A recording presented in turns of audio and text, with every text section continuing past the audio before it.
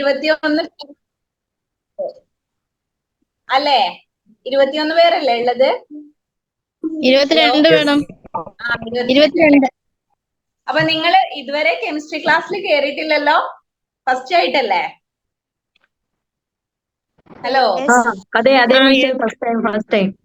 നമുക്ക് first some basic concept of chemistry ആണ് പഠിക്കാനുള്ളത്. എന്താണ്? Some basic concept of chemistry. അതായത് ആദ്യം നമ്മൾ കെമിസ്ട്രി എന്ന് പറഞ്ഞാൽ നമുക്കറിയാം രസതന്ത്രാണല്ലോ. അപ്പോ അത് എന്താണ് എന്നുള്ള ഒരു ഡെഫിനിഷനിലൂടെ നമുക്ക് തുടങ്ങാം. അപ്പോ എന്താണ് കെമിസ്ട്രി എന്ന് വെച്ചാല് അത് സയൻസിന്റെ നമ്മൾ എടുക്കുന്ന സയൻസിന് ഒരുപാട് ബ്രാഞ്ചസ് ഉണ്ട് അല്ലെ? ഏതൊക്കെയാണ്? ഫിസിക്സ് ഉണ്ട്, ബയോളജി ഉണ്ട്, അതേപോലെ കെമിസ്ട്രി ഉണ്ട്, അങ്ങനെ ഒരുപാട് ബ്രാഞ്ചസ് ഉണ്ട്.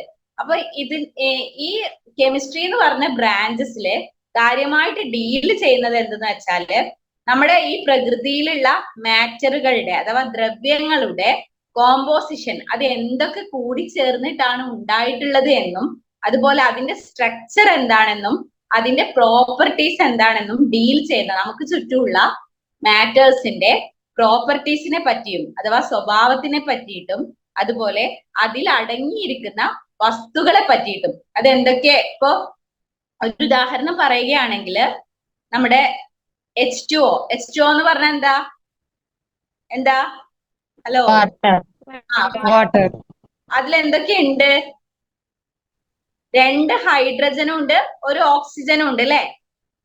അപ്പൊ അതാണ് അതിന്റെ കോമ്പോസിഷൻ എന്ന് പറഞ്ഞു കഴിഞ്ഞാൽ. അപ്പൊ ഇങ്ങനെ ഒരു വാട്ടർ എന്ന് പറഞ്ഞ ഒരു മാറ്ററിന്റെ കോമ്പോസിഷനെ പറ്റി, അതേപോലെ വാട്ടറിന്റെ സ്വഭാവം അഥവാ പ്രോപ്പർട്ടീസ്, അതുപോലെ സ്ട്രക്ചർ H2O എന്ന് പറഞ്ഞാൽ അത് എങ്ങനെയാണ് നിൽക്കുന്നത്, അതിൽ H എവിടെയാണ് ലൊക്കേറ്റ് ചെയ്തിരിക്കുന്നത്, അതുപോലെ O എവിടെയാണ്, ഓക്സിജൻ എവിടെയാണ് ലൊക്കേറ്റ് ചെയ്യുന്നത് എന്നൊക്കെയുള്ള സ്ട്രക്ചറിനെ പറ്റിയൊക്കെ പഠിച്ചുകൊണ്ടിരിക്കുന്ന, അതായത് ഇങ്ങനെ എല്ലാ മാറ്ററിന്റെ പ്രോപ്പർട്ടീസ്, കോമ്പോസിഷന്, അതുപോലെ അതിന്റെ പ്രോപ്പർട്ടീസ് ഇതിനൊക്കെ പറ്റി പഠിക്കുന്ന ഒരു ശാസ്ത്രത്തിന്റെ ശാഖയാണ് എന്ത്? കെമിസ്ട്രി എന്ന് പറഞ്ഞു കഴിഞ്ഞാൽ. അതിന് നമുക്ക് ഇംഗ്ലീഷിൽ സിംപ്ലി എങ്ങനെ പറയാം? Chemistry is the branch of science that deals with the composition, structure and properties of the matter. അപ്പൊ ഇതാണ് ആദ്യമായിട്ട് കെമിസ്ട്രീനെ പറ്റി നമുക്ക് ഉണ്ടായിരിക്കേണ്ട ബേസിക് ഐഡിയ എന്ന് പറഞ്ഞു കഴിഞ്ഞാൽ.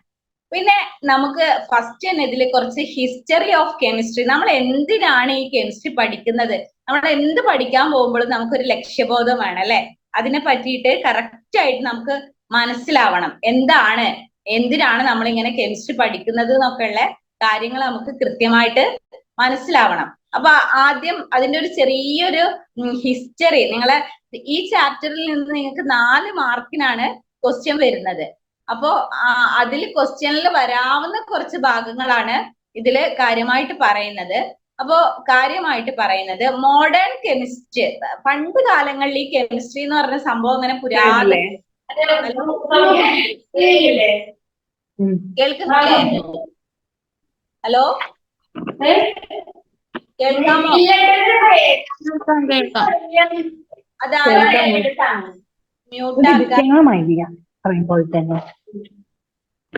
ഓക്കെ. നമുക്ക് ഇതിന്റെ ഒരു കുറെ കാലം മുമ്പേ ഉള്ള ഒരു ശാസ്ത്രശാഖയൊന്നും അല്ല ഈ കെമിസ്ട്രി എന്ന് പറഞ്ഞാൽ. അത് പിന്നെ മനുഷ്യന്റെ ഒരു ആവശ്യത്തിന് വേണ്ടിയിട്ട് ഡെവലപ്പ് ചെയ്ത് വന്നതാ. അതായത് പണ്ട് കാലത്ത് സ്വർണ്ണം ഉണ്ടാക്കാൻ കുറെ ആളുകൾ പുറപ്പെട്ടിട്ടുണ്ടായിരുന്നു. അവര് നല്ല ആൽക്കമിസ്റ്റ് എന്ന് കേട്ടിട്ടുണ്ടോ? എവിടെയെങ്കിലും ആൽക്കമിസ്റ്റ്, പോലോ കെയ്ലോന്റെ ഒക്കെ ആൽക്കമിസ്റ്റ് ഒക്കെ വായിച്ചിട്ടുണ്ടോ? കേട്ടിട്ടുണ്ട്. ആ ആൽക്കമിസ്റ്റ് എന്നുള്ള വേർഡ് തന്നെ ആൽക്കമി, അതിൽ നിന്നാണ് യഥാർത്ഥത്തിൽ കെമിസ്ട്രി എന്നുള്ള ഒരു വേർഡ് ഡിറൈവ് ചെയ്ത് വന്നത്. ആളുകൾ ചെമ്പ് അഥവാ കോപ്പർ അതുപോലെ ഇരുമ്പ് ഇതിനെയൊക്കെ ഇങ്ങനെ ട്രാൻസ്ഫോം ചെയ്ത് സ്വർണമാക്കി മാറ്റാൻ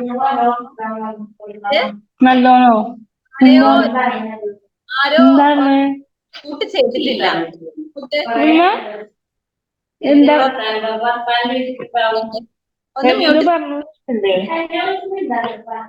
നിന്നോടൊന്നും റാഷിദ് പറഞ്ഞില്ല. പറഞ്ഞോ അങ്ങനത്തെ കാര്യങ്ങളൊന്നും പറയൂ. ഞാനും പറയും. ഇതൊക്കെ എഴുതണം.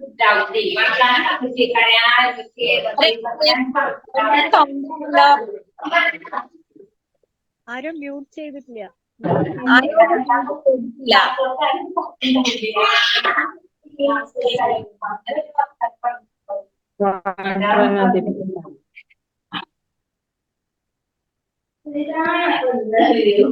ഒരാളെ മ്യൂട്ട് ചെയ്തിട്ടില്ല കേട്ടോ, ഒന്ന് എന്റെ ചെവിന്ന് കൂടിപ്പോയി. ഓക്കെ.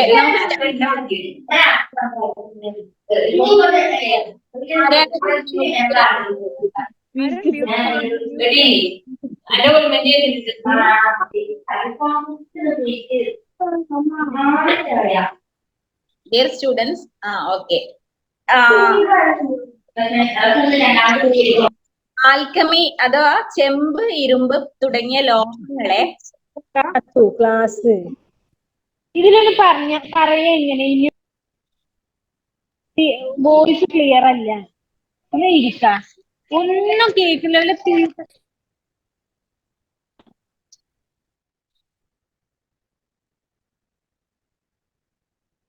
ഡിയർ സ്റ്റുഡൻസ്, ആരോ കാര്യമായിട്ട് ഈ ഡിസ്ട്രാക്ഷൻ, സൂമിൽ ഇങ്ങനെ ഡിസ്ട്രാക്ഷൻ ഉണ്ട്, മ്യൂട്ട് ചെയ്ത്.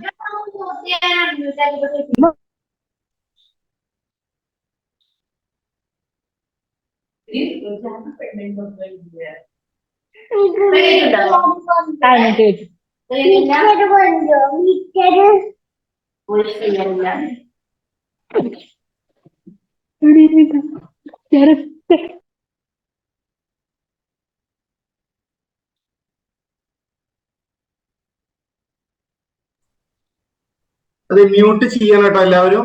ഇനി മ്യൂട്ട് ചെയ്യുന്നില്ലെങ്കിൽ ചെയ്യാത്ത ആളെ ഞാൻ റിമൂവ് ചെയ്യൂ കേട്ടോ.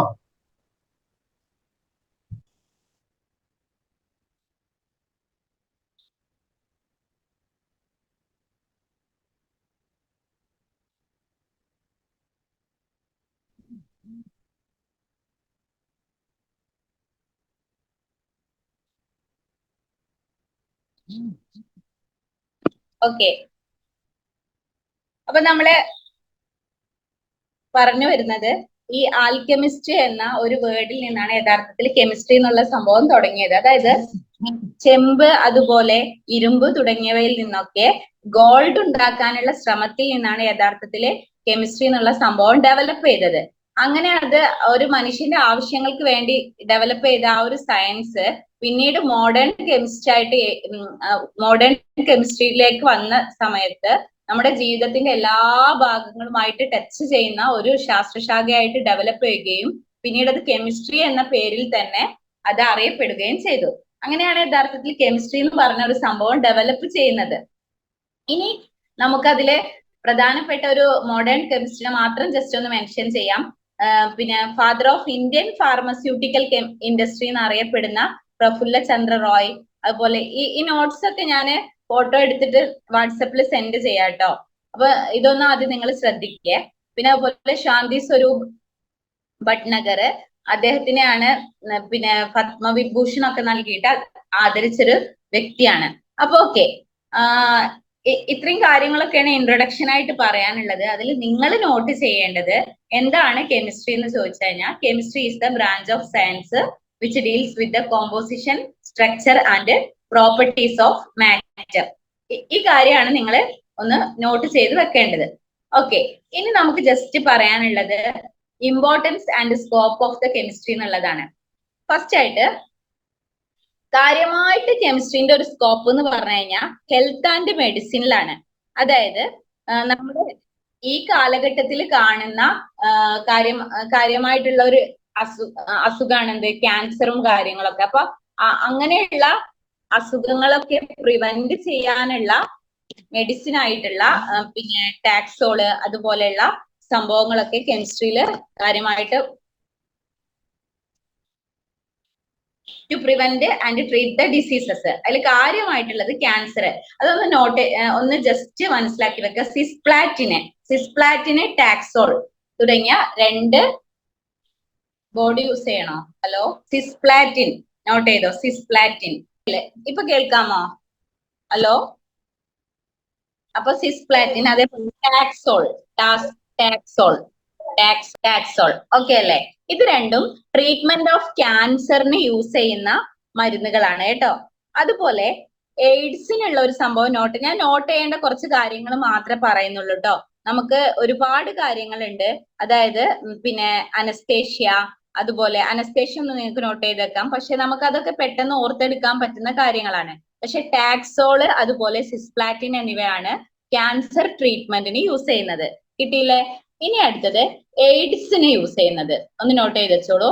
എയ്ഡ്സിന് യൂസ് ചെയ്യുന്നതാണ് AZT, അസിഡോതൈമിഡിൻ. അസിഡോതൈമിഡിൻ. ഈ AZTയുടെ ഫുൾ ഫോം ആണോ അസിഡോതൈമിഡിൻ? അതെ, അസിഡോതൈമിഡിൻ. ഇത് നിങ്ങൾ ടെക്സ്റ്റ് ബുക്കിൽ ഉള്ളതല്ല കേട്ടോ. പക്ഷെ എന്തിനാണ് ഈ ട്രീറ്റ്മെന്റിന് സാധാരണ നമ്മൾ പിന്നെ ഓരോ വൺ വേർഡ് ചോദിക്കുകയാണെങ്കിൽ ശ്രദ്ധിക്കേണ്ട ഒരു കാര്യമാണത്. അസിഡോതൈമിഡിൻ കിട്ടിയോ? എഴുതിയോ? AZIDOTHIMIDIN. ഓക്കെ. ഇനി അടുത്തത് നമ്മൾ അനസ്തേഷ്യയില് സർജറിയിൽ യൂസ് ചെയ്യുന്ന അനസ്തേഷ്യ, അതുപോലെ വാക്സിൻ ഇല്ലേ, വാക്സിൻ ഒന്ന് നോട്ട് ചെയ്ത് വെച്ചോളൂ. Vaccine, antibiotics, vaccine and antibiotics, vaccine, antibiotics.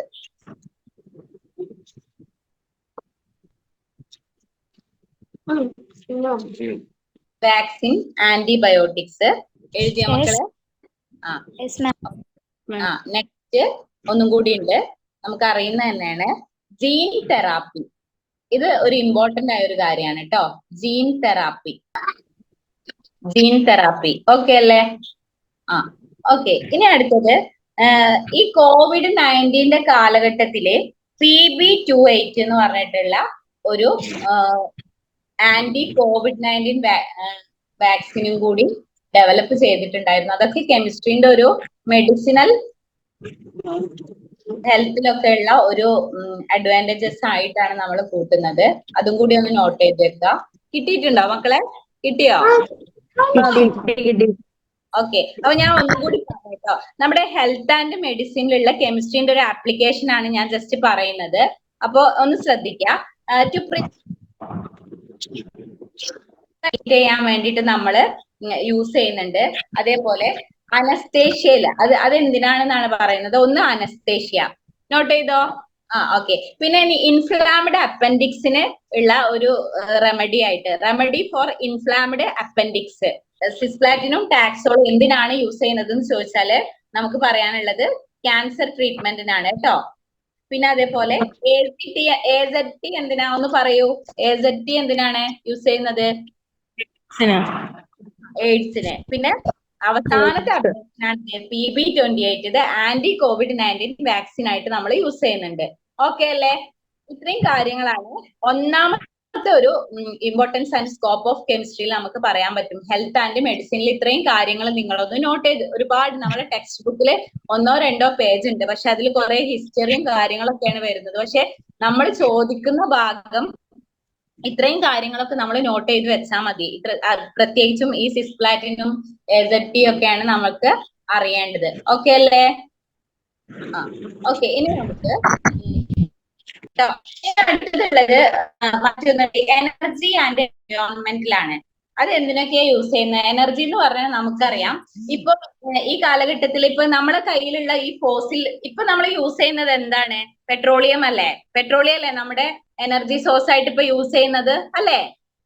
അപ്പോ ഈ പെട്രോളിയം എന്ന് പറഞ്ഞു കഴിഞ്ഞാൽ ഏകദേശം 50 to 100 വർഷങ്ങൾ കൊണ്ട് ഇനി തീർന്നു പോകുമെന്നാണ് പറയുന്നത്. അപ്പൊ അതിനു വേണ്ടിയിട്ട് അപ്പൊ നമുക്ക് അത് മാത്രല്ല, അതിൽ ഒരുപാട് കെമിക്കൽ വേസ്റ്റുകൾ ഉണ്ടാവുന്നുണ്ട്. അതുപോലെ കെമിക്കൽ വേസ്റ്റുകൾ മാത്രല്ല, അതിൽ നിന്ന് നമുക്ക് കിട്ടുന്നത് എപ്പോഴും തീർന്നുകൊണ്ടേ ഇരിക്കുകയാണ്. അപ്പോ നമുക്ക് എന്തായാലും 50-100 വർഷങ്ങൾ കഴിഞ്ഞാലും ഈ തലമുറക്ക് ജീവിക്കേണ്ടതുള്ളത് കൊണ്ട് നമുക്ക് കാര്യമായിട്ട് ഇവിടെ പുതിയ എനർജി സോഴ്സുകൾ ഡെവലപ്പ് ചെയ്യേണ്ടതുണ്ട്. അതിലൊന്നാണ് എന്ത്, ഇപ്പൊ സാധാരണ നമ്മുടെ വീടിന്റെ മുകളിലൊക്കെ ഇപ്പൊ 1.5 ലക്ഷം ഒക്കെ കൊടുത്തിട്ട് എല്ലാവരും ഫിറ്റ് ചെയ്യുന്ന ഒരു സംഭവമാണ് എന്ത്, സോളാർ എനർജി സോഴ്സസ്. അപ്പൊ സോളാർ എനർജി സോഴ്സസിനൊക്കെ നമ്മൾ കൂടുതലായിട്ട് ഡെവലപ്പ് ചെയ്യേണ്ടിയിരിക്കുന്നു.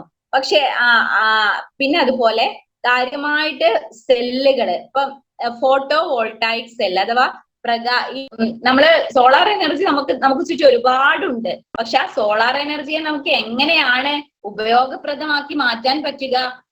അതിന് നമ്മൾ സോളാർ എനർജിയെ കൺവേർട്ട് ചെയ്ത് ബാറ്ററികളിൽ സ്റ്റോർ ചെയ്ത് വെക്കുന്ന ഫോട്ടോ വോൾട്ടായിക് സെല്ല്. അപ്പൊ ഒരു ആപ്ലിക്കേഷൻ എഴുതിക്കോളൂ, എനർജി ആൻഡ് എൻവിറോൺമെന്റ് എന്ന് പറഞ്ഞിട്ടുള്ള. ഇതൊക്കെ ഞാൻ നോട്ട് നിങ്ങൾക്ക് ഫോട്ടോ എടുത്ത് വിട്ട് തരുന്നുണ്ട് കേട്ടോ. അപ്പോ ഞാൻ ഫസ്റ്റ് ആയതുകൊണ്ട് ഇതിന്റെ രീതികളായിട്ടൊന്ന് ജസ്റ്റ് ഇങ്ങനെ കോപ്പപ്പ് ചെയ്ത് റെഡി ആവേണ്ടതുണ്ട്. പിന്നെ പവർ പോയിന്റ് പ്രസന്റേഷൻ ഒക്കെ വെച്ചെടുക്കാൻ ആദ്യം തന്നെ ഇങ്ങനെ ഒരു സാങ്കേതിക തടസ്സമൊക്കെ വന്നപ്പോൾ ഒരു ചെറിയൊരു കൺഫ്യൂഷൻ വന്നു. അപ്പൊ ഇനി ഞാൻ നോട്ട് വിട്ടുതരുമ്പോ ഇന്നത്തെ ക്ലാസ് നമുക്ക് അങ്ങനെ മേക്കപ്പ് ചെയ്യാം. അടുത്ത ക്ലാസ് മുതൽ നമുക്ക് ആദ്യമേ സ്ക്രീൻ ഷെയറിംഗ് വഴിയൊക്കെ നമുക്ക് മുന്നോട്ട് പോവാം കേട്ടോ. അപ്പൊ ഇനിയൊന്നും നിങ്ങൾ അഡ്ജസ്റ്റ് ചെയ്യണേ. ആദ്യം ഒരുപാട് സമയം വൈകിച്ചത്. ഓക്കെ, അപ്പൊ നമ്മൾ ആദ്യം ഒന്നാമത്തെ നമ്മൾ medicine and health and medicine എന്ന് പറഞ്ഞിട്ടുള്ള ഒരു ക്യാപ്ഷൻ കൊടുത്തില്ലേ? ഇനി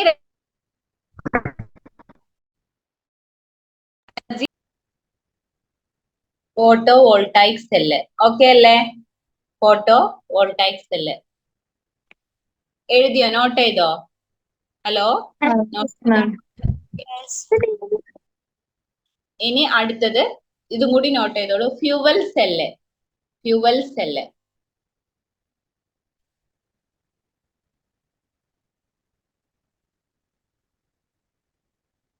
ഇതൊക്കെ നമ്മളെ ബാറ്ററികളാണ് കേട്ടോ. നമ്മളെ സാധാരണ ഇപ്പൊ നമ്മുടെ ടോർച്ചിലൊക്കെ യൂസ് ചെയ്യുന്ന ബാറ്ററികൾ പോലെയുള്ള സംഭവങ്ങളാണ് ഈ സെല്ലുകൾ എന്ന് പറഞ്ഞു കഴിഞ്ഞാൽ. പക്ഷെ ഈ ഫോട്ടോ വോൾട്ടായിക് സെല്ലിന്റെ പ്രത്യേകത എന്ന് പറഞ്ഞു കഴിഞ്ഞാല്, ഫോട്ടോ എന്ന് പറഞ്ഞു കഴിഞ്ഞാൽ യഥാർത്ഥത്തില് ഈ ലൈറ്റ് എന്നാണ് അർത്ഥം വരുന്നത്. അപ്പൊ ഫോട്ടോ വോൾട്ടായിക് സെൽ എന്ന് പറഞ്ഞു കഴിഞ്ഞാൽ ലൈറ്റ് ഉപയോഗിച്ച് വോൾട്ടേജ് പ്രൊഡ്യൂസ് ചെയ്യുന്ന ബാറ്ററികളെ. ബാറ്ററി എന്ന് പറഞ്ഞാൽ സാധാരണ നമ്മള് സ്റ്റോർ ചെയ്ത് വെക്കുന്ന സംഭവമാണ്. അപ്പൊ അതിന് വേണ്ടിയിട്ടാണ് നമ്മൾ യൂസ് ചെയ്യുന്നത്. അതുപോലെ ഫ്യൂവൽ സെൽ എന്ന് പറഞ്ഞു കഴിഞ്ഞാല് നമ്മുടെ ഹൈഡ്രജനും ഓക്സിജനും ഉപയോഗിച്ച് നിർമ്മിക്കുന്ന സെല്ലുകളാണ്. അപ്പൊ നമ്മൾ ഈ പെട്രോളിയം ഇൻഡസ്ട്രിയിലൊക്കെ ഇപ്പോഴുള്ള പ്രശ്നം എന്താന്ന് വെച്ചാൽ ഇതിങ്ങനെ തീർന്നു പോവുകയാണ്. നമ്മളെ പെട്രോളിയം സംഭവമൊക്കെ, ഈ കൽക്കരിയൊക്കെ, നമ്മള് ഫോസിൽ ഇന്ധനങ്ങളൊക്കെ തീർന്നു പോകുമ്പോൾ നമ്മുടെ ഇപ്പോ അവൈലബിൾ ആയിട്ടുള്ള ഹൈഡ്രജനും ഓക്സിജനെ പോലുള്ള വസ്തുക്കൾ ഉപയോഗിച്ചിട്ട് തന്നെ നമ്മൾ സെല്ലുകളും അതുപോലൊക്കെ ഉണ്ടാക്കുകയാണെന്നുണ്ടെങ്കിൽ എനർജി എന്താക്കാൻ പറ്റും? നന്നായിട്ട് നമുക്ക് യൂസ് ചെയ്യാൻ പറ്റും. അപ്പോ ഇതിനാണ് ശ്രമിച്ചുകൊണ്ടിരിക്കുന്നത്. പക്ഷെ ഇപ്പോഴും ഇതൊന്നും ഒരു ലോങ് ലാസ്റ്റിംഗ് അല്ല. നമ്മൾ ഈ പെട്രോളിയം ഒക്കെ കത്തിച്ച് ശീലിച്ച പോലെ നമുക്ക് ഫ്യൂവൽ സെല്ലും ഫോട്ടോ വോൾട്ടായിക് സെല്ലും ഒക്കെ ഉപയോഗിക്കാനുള്ള ഒരു സ്കില്ലോ അല്ലെങ്കിൽ പിന്നെ റിസർച്ചോ ഇപ്പൊ അങ്ങനെ നടന്നു വന്നിട്ടില്ല. എന്നാലും ലോകത്തിലുള്ള ശാസ്ത്രജ്ഞന്മാരൊക്കെ പറയുന്നത് 2050 ആവുമ്പോഴേക്കും ഏകദേശം നമ്മുടെ ഇപ്പൊ നിലവിലുള്ള എനർജി സ്രോതസ് ഒക്കെ മാറി പുതിയ എനർജി സ്രോതസ് വരും എന്ന് തന്നെയാണ്. അപ്പൊ നമുക്ക് അങ്ങനെ പ്രതീക്ഷിക്കാം. അപ്പൊ ഓക്കെ, അപ്പൊ നിങ്ങൾ ഏതൊക്കെ നോട്ട് ചെയ്തു? ഫോട്ടോ വോൾട്ടായിക് സെൽ നോട്ട് ചെയ്തില്ലേ? ഹലോ, ഫ്യൂവൽ സെൽ നോട്ട് ചെയ്തില്ലേ? ഇനി അടുത്തത് ന്യൂക്ലിയർ ഫ്യൂഷൻ. ന്യൂക്ലിയർ ഫ്യൂഷൻ നിങ്ങൾ ന്യൂക്ലിയർ ഫിഷനും ഫ്യൂഷനും ഒക്കെ പഠിച്ചിട്ടുണ്ടോ? ഹലോ, നിങ്ങൾ ന്യൂക്ലിയർ അതിന് ഫിഷൻ എന്ന് പറഞ്ഞു കഴിഞ്ഞാല് നമ്മുടെ ന്യൂക്ലിയർ റിയാക്ടറുകളിൽ, അതുപോലെ അണുബോംബിലൊക്കെ പിന്നെ ആണവ റിയാക്ടറിലൊക്കെ നടക്കുന്ന പ്രോസസ്സാണ് എന്ത്? ന്യൂക്ലിയർ ഫിഷൻ എന്ന് പറഞ്ഞു കഴിഞ്ഞാൽ. അതായത് വലിയ വലിയ ന്യൂക്ലിയസുകളെ വിഭജിച്ച് ചെറുതാക്കി മാറ്റിയിട്ട് ആ വിഭജിക്കുന്ന സമയത്തുള്ള എനർജീനെ നമ്മൾ കൺട്രോൾ ചെയ്ത് യൂസ് ചെയ്യുന്നതിനെയാണ് നമ്മൾ ന്യൂക്ലിയർ റിയാക്ടർ എന്ന് പറയുന്നത്. അപ്പൊ ന്യൂക്ലിയർ ഫിഷൻ ഒക്കെ നമ്മൾ യൂസ് ചെയ്യുന്നത് അതിനാണ്. പക്ഷെ നമുക്കറിയാം ന്യൂക്ലിയർ ഫിഷൻ ഒക്കെ നടക്കുന്ന സമയത്ത് ഒരുപാട് കെമിക്കൽ വേസ്റ്റ് നമ്മുടെ ഈ ഒരു നേച്ചറിലേക്ക് തള്ളിക്കൊണ്ടിരിക്കുകയും അത് പ്രകൃതിക്ക് തന്നെ ദോഷം വരുത്തുന്ന ഒരു സിസ്റ്റം ഉണ്ട്. എന്നാൽ അതേപോലെ ന്യൂക്ലിയർ ഫിഷന്റെ ഭാഗമായിട്ടാണ് ഗ്രീൻ ഹൗസ് ഇഫക്റ്റ് വരുന്നത്. എന്താണ് ഈ ഗ്രീൻ ഹൗസ് ഇഫക്റ്റ് എന്ന് പറഞ്ഞു കഴിഞ്ഞാൽ? ആർക്കെങ്കിലും പറയാൻ പറ്റുമോ? ഒരാളൊന്ന് പറയോ, അൺമ്യൂട്ട് ചെയ്തിട്ട്. നമ്മള് 9ാം ക്ലാസ്സിനും 10ാം ക്ലാസ്സിനും ഒക്കെ പഠിക്കുന്ന കാര്യമാണ്. എന്താണ് ഗ്രീൻ ഹൗസ് ഇഫക്റ്റ്? എന്താണ് ഇപ്പൊ നമ്മള് യഥാർത്ഥത്തിൽ അത് പഠിച്ചുകൊണ്ടിരിക്കുന്നുണ്ട്. അപ്പൊ ഞാൻ തന്നെ പറയാം. അതായത് അന്തരീക്ഷത്തിന്റെ ചൂട്, താപനില അഥവാ ഹീറ്റ് ക്രമാതീതമായി കൂടിക്കൂടി വരുന്ന ഒരു പ്രോസസ്സിനാണ് നമ്മൾ ഇത് പറയുന്നത് ഗ്രീൻ ഹൗസ് ഇഫക്റ്റ് എന്ന് പറയും. അപ്പൊ സ്വാഭാവികമായിട്ടും കാർബൺ ഡൈ ഓക്സൈഡിന്റെ അളവ് കൂടും, അതുപോലെ സൾഫർ ഡൈ ഓക്സൈഡിന്റെ അളവ് കൂടും, നൈട്രജൻ ഡൈ ഓക്സൈഡിന്റെ അളവൊക്കെ കൂടിക്കഴിഞ്ഞാൽ ഇതൊക്കെ ആസിഡ് റെയിനുകളൊക്കെ ആയി നമ്മുടെ പിന്നെ പ്രകൃതിക്ക് വളരെ ദോഷം ചെയ്യുന്ന ഒരവസ്ഥയിലേക്ക് എത്തും. അപ്പോ നമ്മുടെ നല്ല എഫിഷ്യന്റ് ആയിട്ടുള്ള ഫ്യൂവൽസ് ഇതുപോലെ പിന്നെ അടുത്ത് പറയാനുള്ളത്, അപ്പൊ ഇങ്ങനെയുള്ള സംഭവങ്ങൾ ഫിഷൻ റിയാക്ഷനിലൂടെയും ഒക്കെ വരുന്നത് കൊണ്ട്, അതേപോലെ ഈ സംഭവം നമ്മുടെ കൽക്കരി കത്തിച്ചാലും പ്രശ്നമാണ്. ഗ്രീൻ ഹൗസ് ഇഫക്റ്റ് ഒക്കെ നന്നായിട്ടുള്ളത് കൊണ്ട് ഇങ്ങനെ പ്രകൃതി ആയാലല്ലേ നമുക്ക് ജീവിക്കാൻ പറ്റുള്ളൂ. അപ്പൊ അങ്ങനെ റീപ്ലേസ്മെന്റ് നടന്നുകൊണ്ടിരിക്കുന്നുണ്ട്. പിന്നെ ഇപ്പൊ പുതുതായിട്ട് റിസർച്ച് നടന്നുകൊണ്ടിരിക്കുന്ന മറ്റൊരു മേഖലയാണ് ഫ്യൂവൽ എഫിഷ്യന്റ് ആയിട്ടുള്ള ഓട്ടോമൊബൈൽസ്. അതൊന്ന് നോട്ട് ചെയ്തോളൂ. Fuel efficient automobiles. Fuel efficient automobiles note ചെയ്തോ? ഹലോ, ഇവിടെ സ്ഥലം തീർന്നുപോയി. ഫ്യൂവൽ എഫിഷ്യന്റ് ഓട്ടോമൊബൈൽസ് നോട്ട് ചെയ്തോ? എനർജി ആൻഡ് എൻവിറോൺമെന്റിൽ നോട്ട് ചെയ്യേണ്ട മറ്റൊരു സംഭവമാണ് ഫ്യൂവൽ എഫിഷ്യന്റ് ഓട്ടോമൊബൈൽസ്. ഓക്കെ. അപ്പോ ഇത്രയും കാര്യങ്ങളാണ് നമുക്ക് യൂസ് ചെയ്യുന്നത്. പിന്നെ അടുത്തൊരു ഹെഡിങ് എഴുതിക്കോളൂ, material and technology. Material and technology. അതിൽ ഇനി നമ്മള് പിന്നെ എഴുതേണ്ട സംഭവങ്ങൾ ആദ്യം എഴുതി വെക്കാം, എന്നിട്ട് അതിനുശേഷം അത് എക്സ്പ്ലെയിൻ ചെയ്യാം കേട്ടോ. അപ്പൊ ഓക്കെ, ഒന്നാമത്തെ എഴുതിക്കോളൂ, പോളിമേഴ്സ്. POLYMERS.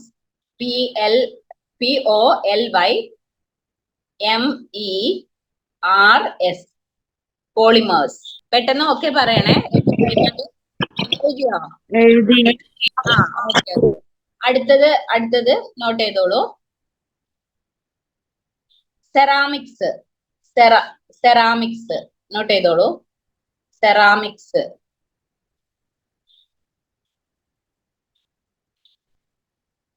എഴുതി കഴിഞ്ഞോ? Speed എഴുതണേ.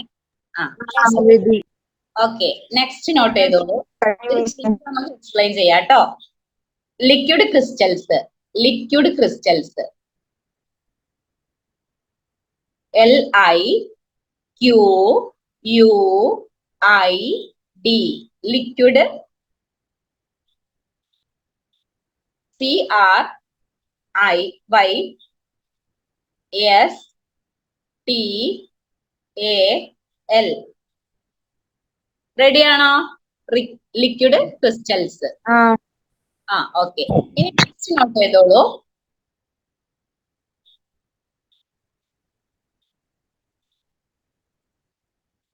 adhesives and coatings.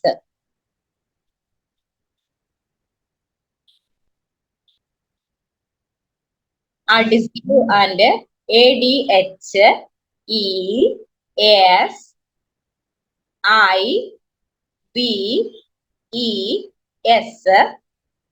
Adhesives and coatings. COATINGS.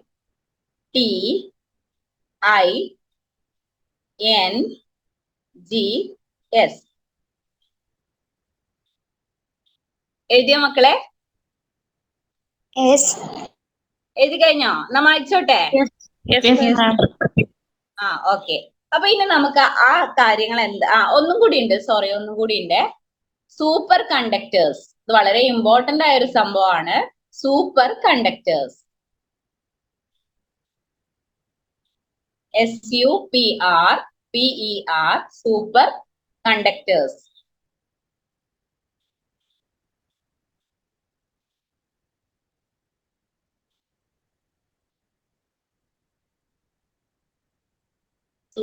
Super conductors.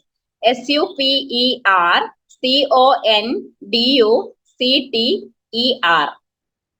Ready അല്ലേ? എഴുതിയോ? ഇനി നമുക്ക് ജസ്റ്റ് അതൊന്ന് എക്സ്പ്ലെയിൻ ചെയ്യാം കേട്ടോ.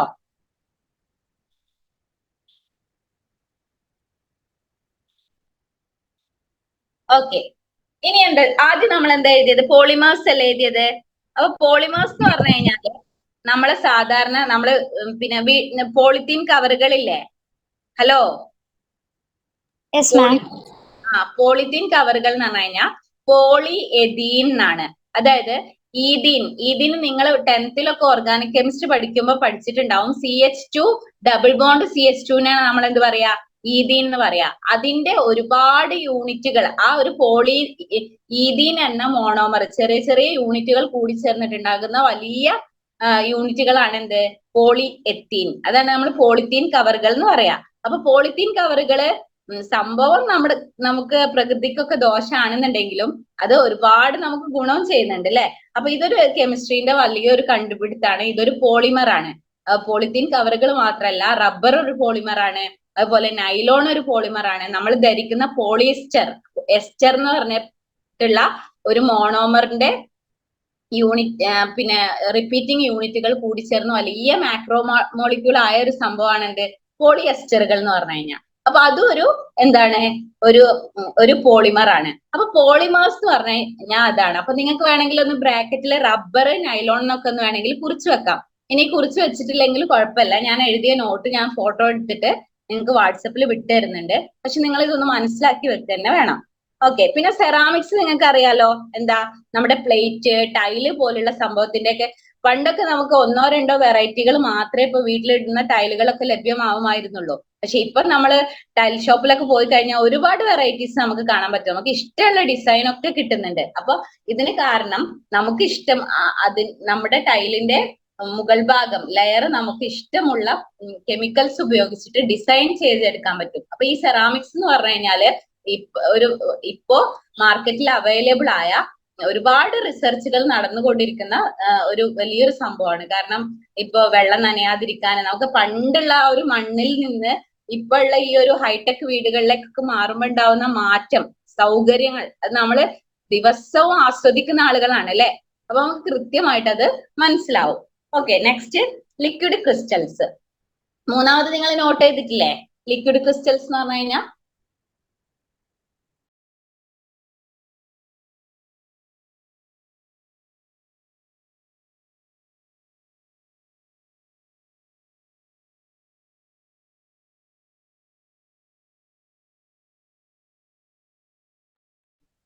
ഓക്കെ, ലിക്വിഡ് ക്രിസ്റ്റൽസ് കേട്ടോ. ലിക്വിഡ് ക്രിസ്റ്റൽസ് എന്ന് പറഞ്ഞാൽ നമ്മളിപ്പോ യൂസ് ചെയ്യുന്ന, ഇപ്പൊ നമ്മൾ കാണുന്ന ഈ സ്ക്രീൻ അല്ലേ, നമ്മുടെ ഫോണൊക്കെ യൂസ് ചെയ്യുന്ന ഈ ഇലക്ട്രോണിക് ഡിസ്പ്ലേ നമ്മളെ ഡിസ്പ്ലേ അല്ലേ, ഫോണിന്റെ ഡിസ്പ്ലേ, കമ്പ്യൂട്ടറിന്റെ ഡിസ്പ്ലേ, ഇതൊക്കെ നമ്മൾ ഡെവലപ്പ് ചെയ്തിരിക്കുന്നത് ഈ ലിക്വിഡ് ക്രിസ്റ്റൽസ് യൂസ് ചെയ്തിട്ടാണ്.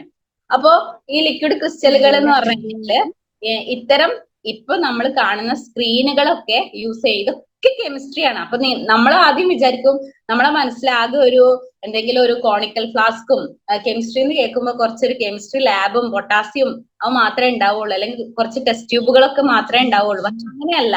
നമ്മുടെ നിത്യജീവിതത്തില് ഇഷ്ടം പോലെ കാര്യങ്ങൾ നമുക്ക് കെമിസ്ട്രിയുമായിട്ട് റിലേറ്റഡ് ആയിട്ടുള്ള കാര്യങ്ങൾ നമുക്ക് കാണാൻ സാധിക്കുന്നതാണ്. പിന്നെ അടുത്തത് എന്തായിരുന്നു ഒന്ന് പറഞ്ഞേ? അഡിസീവ്സ് ആൻഡ് കോട്ടിങ്സ് അല്ലേ? ഹലോ, നമ്മുടെ കോട്ടിങ്സ് ഒക്കെ എന്ന് പറഞ്ഞാൽ പെയിന്റ്, ലാറ്റക്സ് പെയിന്റുകളിൽ വരുന്നതാണ്. അപ്പൊ ബ്രാക്കറ്റിൽ നിങ്ങൾ ലാറ്റക്സ് പെയിന്റ് അല്ലെങ്കിൽ പെയിന്റ്സ് എന്നൊക്കെ ഒന്ന് എഴുതി വെക്കുക, എന്താന്ന് പെട്ടെന്ന് മനസ്സിലാവാൻ. പിന്നെ അടുത്തതാണ് ഞാൻ പറഞ്ഞ ഒരു ഇമ്പോർട്ടന്റ് ആയ ഒരു ഭയങ്കര കെമിസ്ട്രിന്റെ ഒരു ടെക്നോളജിയിലുള്ള ഭയങ്കര ഒരു പിന്നെ മുന്നേറ്റമായിരുന്നു സൂപ്പർ കണ്ടക്ടേഴ്സ് എന്ന് പറഞ്ഞു കഴിഞ്ഞാൽ. ഈ സൂപ്പർ കണ്ടക്ടേഴ്സ് എന്ന് പറഞ്ഞു കഴിഞ്ഞാല് നമ്മുടെ വീട്ടിൽ ഏത് ഉപയോഗിച്ചിട്ടാണ് വയറുകളൊക്കെ സെറ്റ് ചെയ്തിട്ടുള്ളത്? ഏത് എലമെന്റ് ഉപയോഗിച്ചിട്ടാണ് നമ്മുടെ വീട്ടിൽ വയറുകൾ സെറ്റ് ചെയ്തിരിക്കുന്നത്? ഒന്ന് പറഞ്ഞു നോക്കൂ. പറ. വെരി ഗുഡ്, കോപ്പർ ആണ്. അപ്പൊ ഈ കോപ്പർ യൂസ് ചെയ്യുന്ന സമയത്ത് 20% എന്തുണ്ട്? ഇലക്ട്രിക്കൽ എനർജിന്റെ ലോസ്റ്റ് വരുന്നുണ്ട്. അപ്പൊ ഈ ഇലക്ട്രിക്കൽ എനർജിന്റെ ലോസ്റ്റ് വരാതിരിക്കാൻ വേണ്ടിയിട്ട് പുതിയ പിന്നെ മെറ്റീരിയൽസ് ഡെവലപ്പ് ചെയ്തിട്ടുള്ളതാണ് എന്ത്? Super conductors. അപ്പൊ അതിലെന്ന് പറഞ്ഞു കഴിഞ്ഞാല് നമുക്ക് സെമി കണ്ടക്ടേഴ്സ് ഒക്കെ യൂസ് ചെയ്തിട്ടാണ് ഈ സൂപ്പർ കണ്ടക്ടേഴ്സ് പിന്നെ നമ്മൾ ഡെവലപ്പ് ചെയ്തിട്ടുള്ളത്. അത് ഈ കാലഘട്ടത്തില് ഭയങ്കരമായിട്ട് ഇതൊക്കെ 10 വർഷം മുമ്പ് അല്ലെങ്കിൽ 2-3 വർഷം മുമ്പൊക്കെ വന്ന vast and fast development in കെമിസ്ട്രിയാണ്. അപ്പൊ ഇതൊക്കെയാണ് കെമിസ്ട്രിയിലുള്ള ടെക്നോളജിക്കൽ അഡ്വാൻസ്. ഈ കാര്യങ്ങളൊക്കെ നിങ്ങളോട് പറയുന്നത് എന്താന്ന് വെച്ചാൽ അവർക്ക് കൃത്യമായിട്ട് നമുക്ക് ചുറ്റുമുള്ള എന്താണെന്ന് അറിഞ്ഞുകൊണ്ട് പഠിക്കണം. അല്ലാതെ നമുക്ക് ഒരു എക്സാമിന് മാർക്ക് വാങ്ങാന്നുള്ള രൂപത്തിൽ മാത്രം പഠിച്ച കെമിസ്ട്രീനെ ഒരിക്കലും നമുക്ക് സ്നേഹിക്കാനോ ഒന്നും പറ്റില്ല. അപ്പൊ നമ്മുടെ ചുറ്റുമുള്ള കാര്യങ്ങളിലൂടെ നമ്മൾ കെമിസ്ട്രി പഠിക്കുകയാണെങ്കിൽ കെമിസ്ട്രി നമുക്ക് പെട്ടെന്ന് മനസ്സിലാക്കാൻ പറ്റും ചെയ്യും. പിന്നെ അടുത്തത് ഫുഡ് ആൻഡ് അഗ്രികൾച്ചർ ആണ്. അത് നിങ്ങൾക്ക് തന്നെ പറയാൻ പറ്റും എന്തൊക്കെയുണ്ട്. ഒരാളൊന്ന് പറയൂ, ഫുഡിൽ എന്താണ് കെമിസ്ട്രി യൂസ് ചെയ്യുന്നത്? പറഞ്ഞോളൂ. സോൾട്ട്. എന്താണ്? Hello, salt. Okay. Salt chemistry അതല്ല, അത് നമ്മൾ എന്നും യൂസ് ചെയ്യുന്നത്. പക്ഷെ ഫുഡിലൊരു പിന്നെ ഒരു ഡെവലപ്മെന്റ് എന്ന് പറയുന്ന രൂപത്തിൽ ഇപ്പൊ യൂസ് ചെയ്യുന്നതാണ് നമ്മൾ പ്രിസർവേറ്റീവ്സ്. ഒരുപാട് കാലം അച്ചാറ് അത് ഇതൊക്കെ കേടുകൂടാതിരിക്കാൻ വേണ്ടിയിട്ട് നമ്മൾ ഉപയോഗിക്കുന്ന വസ്തുക്കളാണ് പ്രിസർവേറ്റീവ്സ് എന്ന് പറഞ്ഞു കഴിഞ്ഞാൽ. അതുപോലെ നമ്മുടെ ഇന്ത്യ പോലുള്ള ഒരു രാജ്യത്ത് അഗ്രികൾച്ചറിന് ഒരുപാട് പ്രസക്തി ഉണ്ട് അല്ലെ. അതിൽ നമ്മൾ ഒരുപാട് ഈ പെസ്റ്റിസൈഡ്സ്, കീടനാശിനികള്, അതുപോലെ ഇനിയിപ്പോ നമ്മൾ ഓർഗാനിക് കീടനാശിനികളാണെങ്കിൽ പോലും ഇതിന് വളരെ സാധ്യതകളുണ്ട്. അതായത് ഇപ്പൊ നമ്മൾ ഒരു കെമിക്കൽ പൗഡർ ഒക്കെ ഡിസൈൻ ചെയ്തിട്ടുണ്ട്. അതായത് നമ്മുടെ വീട്ടിലുള്ള വേസ്റ്റ് ബോക്സിലൊക്കെ കൊണ്ടുപോയിട്ട് 1-2 സ്പൂൺ പൗഡർ ഇട്ട് കഴിഞ്ഞാൽ അത് മുഴുവനുമായിട്ട് എന്തായി പോകും, പെട്ടെന്ന് തന്നെ മൈക്രോ ഓർഗാനിസം ഈ ഇടുന്നത് ഒരു പ്രത്യേക തരം ബാക്ടീരിയ ആണ്. അതുപോലെ അത് പെട്ടെന്ന് അത് മൊത്തം നശിപ്പിച്ച് നമ്മുടെ മണ്ണിനോട് ചേർക്കുന്ന ബാക്ടീരിയകളൊക്കെ ഇപ്പൊ കണ്ടെത്തിയിട്ടുണ്ട്. ഇതൊക്കെ ഇപ്പൊ നിലവില് NIT നടക്കുന്ന വേസ്റ്റ് മാനേജ്മെന്റിലുള്ള കെമിക്കൽ റിസർച്ചുകളാണ്. അപ്പൊ ഇതൊക്കെ കെമിസ്ട്രീന്റെ സാധ്യതകളാണ്. അപ്പൊ നിങ്ങൾക്കാണെങ്കിൽ ഒരുപാട് കരിയർ ഇപ്പൊ ഇതിനോട് തുടർന്ന് പറയുകയാണെന്നുണ്ടെങ്കിൽ നിങ്ങൾക്ക് ഒരുപാട് കരിയർ കെമിസ്ട്രിയിൽ ഉണ്ട്. അപ്പൊ നിങ്ങളെ ടെക്സ്റ്റ് ബുക്കിലൊക്കെ ഒന്ന് ജസ്റ്റ് പറഞ്ഞിട്ടുള്ള ഒരു സംഭവം ഉണ്ട്. അതിന്റെ ഒരു ചെറിയ സ്ക്രീൻ കാണുന്നുണ്ടോ? ഹലോ, എന്റെ ഫോണിന്റെ സ്ക്രീൻ കാണുന്നുണ്ടോ?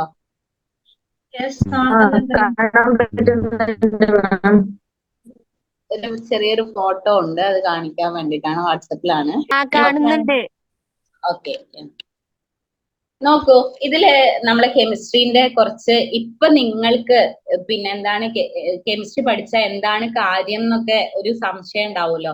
അപ്പൊ അതില് നമുക്ക് അതിന്റെ ഒരു സ്കോപ്പ് പറയാം. ഒന്ന് ടീച്ചിങ് തന്നെ. ടീച്ചിങ് ഇപ്പോ എല്ലാവർക്കും അറിയുന്ന കാര്യമാണ്. അത് ഏത് സബ്ജക്ട് പഠിച്ചാലും അതിനുള്ള ഒരു സ്കോപ്പാണ്. അത് കളയട്ടെ. ഇനി അനലിറ്റിക്കൽ കെമിസ്ട്രി ആയിട്ട് നമുക്ക് വർക്ക് ചെയ്യാൻ പറ്റും. അതേപോലെ ക്ലിനിക്കൽ ബയോ കെമിസ്ട്രി ആയിട്ട് നമുക്ക് വർക്ക് ചെയ്യാൻ പറ്റും. ഫോറൻസിക് സയന്റിസ്റ്റ് ആയിട്ട്, അഥവാ നമ്മൾ ഈ വിരലടയാള വിദഗ്ധരൊക്കെ അല്ലേ, അതൊക്കെ MSc കെമിസ്ട്രി ആണ് അതിന്റെ ക്വാളിഫിക്കേഷൻ കേട്ടോ. അതേപോലെ സയന്റിഫിക് ജേർണലിസ്റ്റ് ആയിട്ട് വർക്ക് ചെയ്യാൻ പറ്റും. ടീച്ചർ, പ്രൊഫസർ, അതുപോലെ ക്വാളിറ്റി കൺട്രോളർ, അതായത് കമ്പനി ഇപ്പൊ KMML പോലെ ഒക്കെയുള്ള കെമിക്കൽ ഇൻഡസ്ട്രികളിലെ ക്വാളിറ്റി കൺട്രോളർ ആയിട്ട് പിന്നെ QC എന്ന് പറഞ്ഞൊരു പോസ്റ്റിലേക്ക് നമുക്ക് MSc കെമിസ്ട്രി ഒക്കെ കഴിഞ്ഞ അല്ലെങ്കിൽ കെമിക്കൽ എഞ്ചിനീയറിംഗ് കഴിഞ്ഞ ഒരാൾക്ക് വർക്ക് ചെയ്യാൻ പറ്റും. അതുപോലെ പ്ലാസ്റ്റിക് ആൻഡ് പോളിമർ ഇൻഡസ്ട്രിയിൽ സിപ്പറ്റ് പോലുള്ള ബാംഗ്ലൂരിലൊക്കെ ഉള്ള ഒരു അക്കാഡമി ഉണ്ട്. അവിടെയൊക്കെ പഠിച്ചു കഴിഞ്ഞാൽ നമുക്ക് ഈ പോളിമേഴ്സ് ഉണ്ടാക്കുന്ന മോൾഡ് ചെയ്തെടുക്കുന്ന ഇൻഡസ്ട്രിയിലേക്ക് നമുക്ക് പോകാൻ പറ്റും. അതുപോലെ തന്നെ ക്ലിനിക്കൽ ബയോ കെമിസ്റ്റ് ആയിട്ട്, കെമിക്കൽ ഡെവലപ്മെന്റ് എഞ്ചിനീയർ ആയിട്ട്, അതുപോലെ പെട്രോ കെമിക്കൽ ഇൻഡസ്ട്രിയിൽ ഗൾഫ് നാടുകളിൽ ഒരുപാട് സ്കോപ്പ് ഉള്ള ഒരു സംഭവമാണ് petrochemical and pharmaceutical industries. അതേപോലെ ടാക്സിക്കോളജിസ്റ്റ്, അതുപോലെ ലബോറട്ടറി അസിസ്റ്റൻസ്, MSc കഴിഞ്ഞ് JRF എന്ന് പറഞ്ഞിട്ടുള്ള ഒരു എക്സാം ഒക്കെ ക്വാളിഫൈ ചെയ്ത് കഴിഞ്ഞാൽ നമുക്ക് റിസർച്ച് അസോസിയേറ്റ്സ് ആയിട്ടൊക്കെ വർക്ക് ചെയ്യാൻ പറ്റും. അതുപോലെ ടെക്സ്റ്റൈൽസ് ഇൻഡസ്ട്രിയിൽ വർക്ക് ചെയ്യാൻ പറ്റും. ബയോടെക്നോളജി, ബയോ കെമിസ്ട്രി, ഇതൊക്കെ കെമിസ്ട്രിന്റെ സാധ്യതകളാണ്. ഇതിപ്പോ ഞാൻ പറഞ്ഞുതരാൻ കാരണം എന്ന് വെച്ചാല് എനിക്കിങ്ങനെ ക്ലാസ് എടുത്തൊക്കെ പോയാൽ മതി. പക്ഷെ ഞാന് പിന്നെ +1 എടുക്കുന്ന സമയത്ത് ഇങ്ങനെയൊന്നൊരു വൈഡ് സാധ്യത കെമിസ്ട്രിക്ക് ഉണ്ടെന്ന് അറിയാതെയാണ് ഞാൻ കെമിസ്ട്രി ഇങ്ങനെ എടുത്ത് പഠിച്ചത്. അപ്പൊ അതിന്റെ ഒരു പ്രശ്നം എന്ന് പറഞ്ഞു കഴിഞ്ഞാൽ നമ്മൾ ഈ സാധ്യതകളൊക്കെ അറിയാനാവുമ്പോഴേക്കും ഒരുപാട് നേരം വരുന്നു. അപ്പൊ ഇപ്പൊ നമുക്ക് പഠിക്കാനും ഉണ്ട്. നിങ്ങളുടെ ടെക്സ്റ്റിൽ തന്നെ ഉള്ള ഒരു പിന്നെ ഒരു പേജ് നമ്പർ എനിക്ക് ഓർമ്മയില്ല, ഒരു ഭാഗമാണ് ഞാൻ ഫോട്ടോ എടുത്ത് വെച്ചതാണ്. അപ്പോ ഇതൊക്കെയാണ് കെമിസ്ട്രീന്റെ സാധ്യതകൾ എന്ന് നിങ്ങളൊന്ന് മനസ്സിലാക്കണം. അപ്പൊ ഈ ഫോട്ടോ ഞാൻ ജസ്റ്റ് നിങ്ങൾക്ക് അയച്ചു തരാം, പിന്നെ വാട്സപ്പിൽ ഇടാം. ഇത് ജസ്റ്റ് നിങ്ങൾ ഒന്ന് നോട്ട് ചെയ്ത് വെച്ചാൽ മതി. ഓക്കെ അല്ലേ? എല്ലാവർക്കും മനസ്സിലായോ? ഹലോ, മനസ്സിലായി. മനസ്സിലായി. ഓക്കെ. ഇനി നമുക്ക് പിന്നെ ഒന്നും കൂടി നമ്മളെ കെമിസ്ട്രീന്റെ ഒരു വേൾഡിലേക്ക് നമുക്ക് പോവേണ്ടതുണ്ട്. അതായത് ബേസിക് ആയിട്ട് നമ്മള് ഇപ്പൊ കാണാവല്ലോ അല്ലെ? ഓക്കെ അല്ലേ? Hello, okay ma'am. ഇനി നമ്മള് പിന്നെ പെർട്ടിക്കുലേറ്റ് നേച്ചർ ഓഫ് മാറ്റർ, അതായത് ആദ്യമായിട്ട് നമ്മൾ കെമിസ്ട്രി പഠിക്കുന്ന സമയത്ത് നമ്മള് പണ്ടുള്ള ആളുകളൊക്കെ കെമിസ്ട്രീനെ മനസ്സിലാക്കി എങ്ങനെയെന്ന് വെച്ച് കഴിഞ്ഞാല് നമ്മള് പിന്നെ ഒരു പാർട്ടിക്കിളിനെ എടുത്തിട്ട് ഒരുപാട് നമ്മൾ മുറിച്ച് ഏറ്റവും ഡിവൈഡ് ചെയ്യാൻ പറ്റാത്ത ഒരു കഷ്ണാക്കി മുറിക്കുക. അതായത് നമുക്കൊന്നും കാണാൻ പറ്റാത്ത അതിന്റെ ആ പാർട്ടിക്കിളിന്റെ എല്ലാ സ്വഭാവവും അടങ്ങിയ ഏറ്റവും ചെറിയൊരു കണികയാക്കി മാറ്റി കഴിഞ്ഞാൽ പിന്നെ അതിനെ നമുക്ക് വിഭജിക്കാൻ പറ്റൂല. അതായത് ഇപ്പൊ സപ്പോസ് ഒരു കാര്യം, നമ്മൾ ഒരു പിന്നെ പൊട്ടാസ്യത്തിന്റെ ഒരു പീസ് നമുക്ക് കിട്ടിയിട്ടുണ്ടെന്ന് വിചാരിച്ചു നമ്മളെ കയ്യില്. നമ്മളത് വിഭജിച്ച് ഒരുപാട് വിഭജിച്ച് മൈക്രോസ്കോപ്പിലൊക്കെ വെച്ച് നോക്കിയിട്ട് ആ പൊട്ടാസ്യം ഇനി വിഭജിക്കാൻ പറ്റാത്ത രൂപത്തിലുള്ള ഒരൊറ്റ ഒരു സംഭവമായിട്ട് നമുക്ക് അതിന്റെ ഏറ്റവും ചെറിയൊരു പൊടീനെ അതിൽ നിന്ന് വേർതിരിക്കുകയാണെങ്കിൽ അതിനെയാണ് നമ്മൾ ആറ്റം എന്ന് പറയുന്നത്. ഈ ആറ്റം എന്ന വാക്ക് ഗ്രീക്ക് വേർഡിൽ നിന്നാണ് വന്നത്. ഗ്രീക്ക് വേർഡിൽ നിന്ന് വന്ന ആറ്റം എന്ന വാക്കിന്റെ മീനിങ് തന്നെ എന്താണ്? ഇൻഡിവിസിബിൾ. ഇതൊക്കെ നല്ല നോട്ട് ചെയ്ത് വെക്കേണ്ട ഒരു പോയിന്റ് ആണ് കേട്ടോ. എന്താണ് ആറ്റം എന്നുള്ള വേർഡിന്റെ മീനിങ്? ഇൻഡിവിസിബിൾ. എന്താണ്? ഹലോ, ഇൻഡിവിസിബിൾ എന്ന് പറഞ്ഞു കഴിഞ്ഞാൽ എന്താന്ന് വെച്ചാല് നമുക്ക് വിഭജിക്കാൻ കഴിയാത്തത് എന്നാണ് അതിന്റെ അർത്ഥം. അപ്പൊ അതേപോലെ ഇത് ആദ്യമായിട്ട് ഈ ആറ്റം എന്ന് പറഞ്ഞൊരു വാക്ക് പ്രപ്പോസ് ചെയ്തത് ഡെമോക്രിറ്റസ് എന്ന് പറഞ്ഞിട്ടുള്ള ലൂസിപ്പസ് എന്ന് പറഞ്ഞിട്ടുള്ള ഗ്രീക്ക് സയന്റിസ്റ്റുകളാണ്. ഡെമോക്രിറ്റസ് അതുപോലെ ലൂസിപ്പസ്, ഇവരാണ് BC 440 കാലഘട്ടത്തിൽ ഇത് പറഞ്ഞത്. പക്ഷെ വേറൊരു രസം എന്താന്ന് വെച്ചാൽ നമ്മളെ ഭാരതത്തിലുള്ള കണാദ മുനി അതിനു മുമ്പ് എഴുതിയിട്ടുള്ള അദ്ദേഹത്തിന്റെ വൈശേഷിക സൂത്രം എന്ന് പറഞ്ഞ ഒരു പുസ്തകത്തിലെ പരമാണു, അതായത് വിഭജിക്കാൻ കഴിയാത്ത ഒരു വസ്തുക്കൾ ഉണ്ടാവും. ഏതൊരു സംഭവത്തിന് ഏതൊരു മാറ്ററിനെ എടുത്തിട്ട് നമ്മൾ വിഭജിച്ച് അവസാനം എത്തുന്ന സമയത്ത് തീരെ വിഭജിക്കാൻ കഴിയാത്തൊരു മാറ്റർ ഉണ്ടാവുമെന്നും അതിന്റെ പേര് പരമാണു ആണെന്നൊക്കെ അദ്ദേഹത്തിന്റെ പിന്നെ പുസ്തകത്തിൽ അദ്ദേഹം സൂചിപ്പിച്ചിട്ടുണ്ടായിരുന്നു. അപ്പൊ ഇത് ആദ്യ കാലങ്ങളിലുള്ള ഒരു സംഭവമാണ്. പക്ഷെ നമുക്ക് എന്തായാലും ഇതിൽ ആറ്റം എന്നുള്ള വേർഡ് എടുക്കാം. അതായത് ആറ്റം എന്ന് പറഞ്ഞു കഴിഞ്ഞാല് ഇൻഡിവിസിബിൾ, അതാണ് അതിന്റെ മീനിങ്. അതായത് അപ്പൊ നിങ്ങൾക്ക് ഈ കൺസെപ്റ്റ് ക്ലിയർ ആവണം. കാരണം ഇനി മുതൽ നമ്മൾ കളിക്കുന്നത് മുഴുവനെ ഓരോ ആറ്റത്തിനെ പറ്റിയും മൂലകത്തിനെ പറ്റിയിട്ടൊക്കെയാണ് ഈ കെമിസ്ട്രീന്റെ ക്ലാസ്സിലുടനീളം നമുക്ക് പറയാനുള്ളത്. അപ്പൊ ആറ്റം എന്ന് പറഞ്ഞു കഴിഞ്ഞാല് നമ്മൾ ഒരു സംഭവത്തിന് എടുത്തിട്ട് ഒരു പ്രത്യേക സാധനത്തിന് എടുത്ത് അതുപോലത്തെ വേറൊരു സാധനം ഉണ്ടാവില്ല. അത് പൊട്ടാസ്യം, ഒരു ഉദാഹരണം പറയാം. പൊട്ടാസ്യത്തിന് എടുത്തിട്ട് അല്ലെങ്കിൽ പിന്നെ ഹൈഡ്രജൻ എടുത്തിട്ട് ഒരുപാട് ഹൈഡ്രജൻ ഒരൊറ്റ ഹൈഡ്രജൻ ആയിട്ട് നമ്മൾ വേർതിരിക്കുകയാണ്.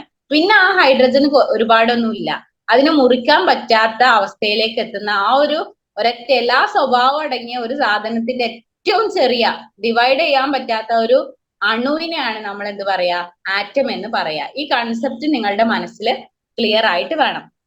അപ്പൊ നമുക്ക് എന്താണ് വാട്ട് ഈസ് ദ ആറ്റം എന്ന് ചോദിക്കുകയാണെങ്കിൽ നമുക്ക് പറയാം the smallest indivisible particle of matter named atom എന്ന് നമുക്ക് പറയാൻ പറ്റും. അപ്പൊ ഇത് കൺസെപ്റ്റ് ക്ലിയർ അല്ലേ എല്ലാവർക്കും?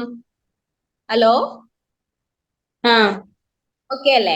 അപ്പൊ ആറ്റം എന്ന് പറഞ്ഞു കഴിഞ്ഞാൽ ഇൻഡിവിസിബിൾ പാർട്ടിക്കിൾ എന്നാണ് നിങ്ങൾ മനസ്സിലാക്കേണ്ടത്. അത് PSC ക്വസ്റ്റ്യനിലൊക്കെ ചോദിക്കാറുണ്ട്, ഇത് എവിടെ നിന്നാണ് വന്നത് എന്നൊക്കെ ചോദിക്കാറുണ്ട്. അപ്പൊ ഗ്രീക്ക് വേർഡിൽ നിന്നാണ്. ആറ്റം എന്ന് പറഞ്ഞു കഴിഞ്ഞാൽ ഒരു ഗ്രീക്ക് വേർഡ് ആണ് കേട്ടോ. അതൊക്കെ ഒന്ന് ജസ്റ്റ് മനസ്സിലാക്കി വെക്കുക.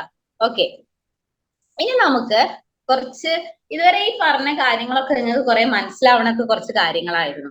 ഇനി നമുക്ക് ലോസ് ഓഫ് കെമിക്കൽ കോമ്പോസിഷൻ എന്ന് പറഞ്ഞിട്ടുള്ള അടുത്ത ഹെഡിങ്ങിലേക്കാണ് പോവാനുള്ളത്. ലോസ് ഓഫ് കെമിക്കൽ കോമ്പോസിഷൻ ഒന്ന് ജസ്റ്റ് നോട്ട് ചെയ്ത് ഒന്ന് ലെക്ചർ നോട്ട് കുറിച്ചിരുന്നത് നല്ലതാണ് കേട്ടോ. പിന്നെ നോട്ടിൽ നമുക്ക് പറയാൻ കഴിയാത്ത കുറെ കാര്യങ്ങൾ നമ്മൾ ക്ലാസ് എടുക്കുന്ന സമയത്ത് ഡിസ്കസ് ചെയ്യും. അപ്പൊ ഒന്ന് മനസ്സിലാക്കാൻ വേണ്ടിയിട്ട് അത് കുറിച്ച് വെക്കുന്നത് നല്ലതാണ്. അടുത്ത ഹെഡിങ് നിങ്ങൾ എഴുതേണ്ടത് laws of chemical combinations. Laws of chemical. ടീച്ചറെ ഇതിനി ഫസ്റ്റ് ചാപ്റ്റർ ആണോ പഠിപ്പിക്കുന്ന ആറ്റംസ് എന്നുള്ള? അതെ അതെ അതെ അതെ. അതിന്റെ ഒരു ഇൻട്രോയും അതുപോലെ ഇൻട്രോ പറയാൻ കാരണം നിങ്ങൾ ആദ്യമായിട്ടുള്ള ഒരു ക്ലാസ് അല്ലേ, അതുകൊണ്ടാണ് ഇൻട്രോ. ഇനിയുള്ളത് നമുക്ക് മുഴുവനും അതിന്റെ ലോസ് എന്തൊക്കെയാണ്, കെമിക്കൽ കോമ്പോസിഷന് കാര്യങ്ങളൊക്കെയാണ് നമുക്ക് ഇനി കാര്യമായിട്ട് നമുക്ക് പഠിക്കാനുള്ള അഥവാ എക്സാമിനുള്ള പോർഷൻസ് ആണ് ഉള്ളത്. മറ്റേ അവിടെ നിന്നൊക്കെ ഏകദേശം 1-2 മാർക്കിനൊക്കെ ഇങ്ങനെ ഒരു 1 വേർഡ്, ഇപ്പൊ ടാക്സോള്, സിസ്പ്ലാറ്റിൻ, AZT അങ്ങനത്തെ കാര്യങ്ങളൊക്കെ ചോദിക്കുള്ളൂ. പക്ഷെ നമുക്ക് എന്നാലും ഒരു കാര്യം പഠിക്കുമ്പോൾ നമ്മൾക്ക് ഒരു ഔട്ട്ലുക്ക് വേണ്ടേ, അതിനു വേണ്ടിയിട്ടാണ് ഇതൊക്കെ പറഞ്ഞത്. അപ്പൊ ഇനിയുള്ളത് നമുക്ക് ഡെഫിനിഷൻസ് കാര്യമായിട്ട് പഠിക്കാനുള്ളതാണ്. അപ്പൊ ഇതുവരെ പറഞ്ഞതുപോലെയുള്ള അത്ര സിമ്പിൾ ആയിട്ടുള്ള കാര്യങ്ങളായിരിക്കില്ല ഇനി ഉണ്ടാവുക. അപ്പൊ ഇനി കൃത്യമായിട്ട് നമ്മൾ നല്ല മനസ്സ് കൊടുത്തിട്ട് പഠിക്കാനുള്ള സംഭവമാണ്. അപ്പോ ഇത് എഴുതിയോ? ലോസ് ഓഫ് കെമിക്കൽ കോമ്പിനേഷൻസ് എഴുതിയോ മക്കളെ? എഴുതി. ഓക്കെ. Chemical combinations.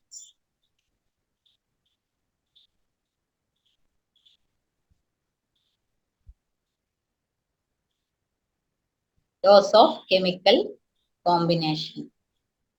ഓക്കെ അല്ലേ? ഇനി അതില് ഒന്നാമത്തെ ഒരു സംഭവമാണ്, നിങ്ങൾക്കൊക്കെ അറിയുന്ന ഒരു സംഭവമാണിത്. Laws of conservation of mass. Laws of conservation of mass. അതിലൊന്നാ കെമിക്കൽ കോമ്പിനേഷൻ ഒരു ഹെഡിങ് ആണ്. അതിന്റെ താഴെയുള്ള ഒരു സബ് ഹെഡിങ് ആയിട്ട് വരുന്ന ഒരു സംഭവമാണ് laws of conservation of mass.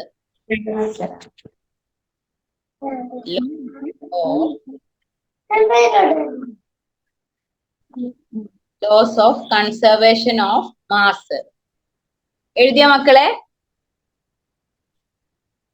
Laws of conservation of mass. ആരോ വരച്ച് പഠിക്കണ്ടല്ലോ സ്ക്രീനില്, ഞാനല്ലാത്ത ആരോ. ഇടക്കിടക്ക് ഇങ്ങനെ കുറെ കുത്തിവരകൾ കാണുന്നുണ്ട്. ഇനി ലോസ് ഓഫ് കെമിക്കൽ കോമ്പിനേഷൻ എന്നുള്ളത് അടുത്ത ക്ലാസ്സിൽ ഞാൻ എടുത്തോളാം കേട്ടോ. അപ്പൊ ഇതുവരെയുള്ള കാര്യങ്ങൾ ഒന്ന് വായിക്കൂലേ? അതിന്റെ നോട്ട്സ് ഞാനൊന്ന് സെൻഡ് ചെയ്ത് തരാം. മാത്രം വായിച്ചാൽ മതി കേട്ടോ.